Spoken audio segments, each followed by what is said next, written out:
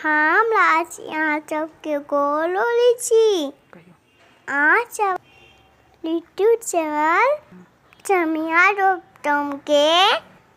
Subscribe करू घंटी के निशान जरूर दबाएं। धन्यवाद।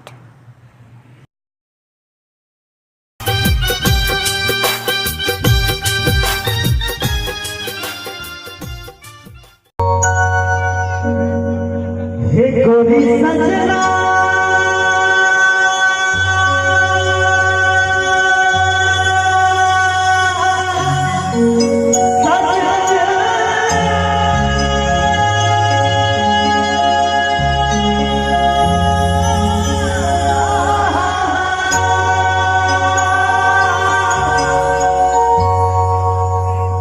हे गोरी सजना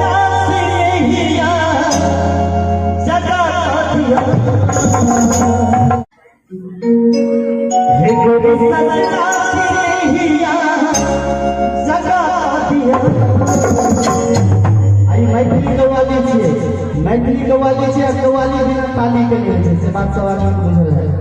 एक समय में ताली बजाते हैं क्या जय जय हे गोरी सजना सिया और चाह इतने सुंदर सॉन्ग साथ में इतने सुंदर सॉन्ग से सब आदमी ईमानदारी छोड़ के ताली बजाते हैं क्या बात है क्या हे गोरी सजना सिया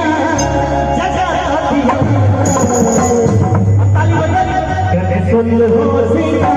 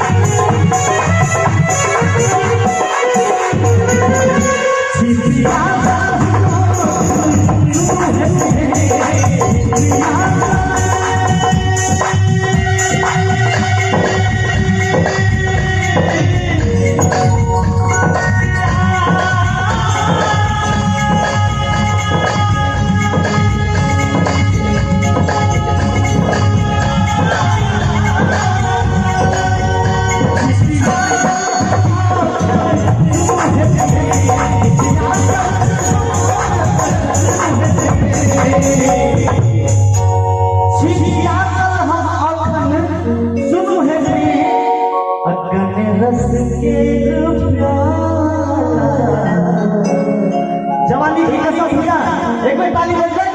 कने रस के प्याला